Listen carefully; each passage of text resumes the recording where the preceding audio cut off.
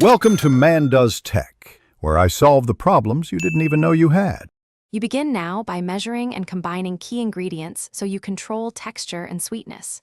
First, melt 60 grams of erythritol with 15 grams of butter over low heat to form a pale caramel. This prevents burning and adds flavor. While that cools in ramekins, whisk 6 egg yolks, 200 milliliters heavy cream, 100 grams cream cheese, 80 grams erythritol, and vanilla until smooth. Once done, pour the custard gently into caramel-lined molds. Make sure to strain for a silky base. Once your ramekins sit in the water bath, cover them so steam doesn't pockmark the surface. This step preserves a glossy top. Place the pan in a 160-degree oven and bake for 40 to 50 minutes. Timing varies with ramekin size, because low, steady heat yields a custard that's set at the edges and slightly wobbly in the center.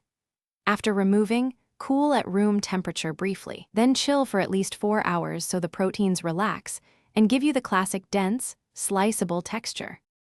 You finish by loosening edges with a thin knife and inverting each ramekin onto a plate.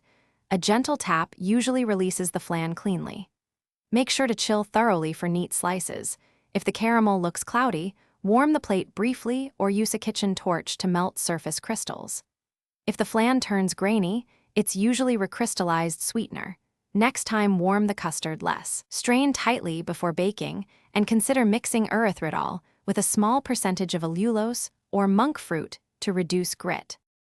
Thanks for watching. If you found this helpful, don't forget to like and subscribe.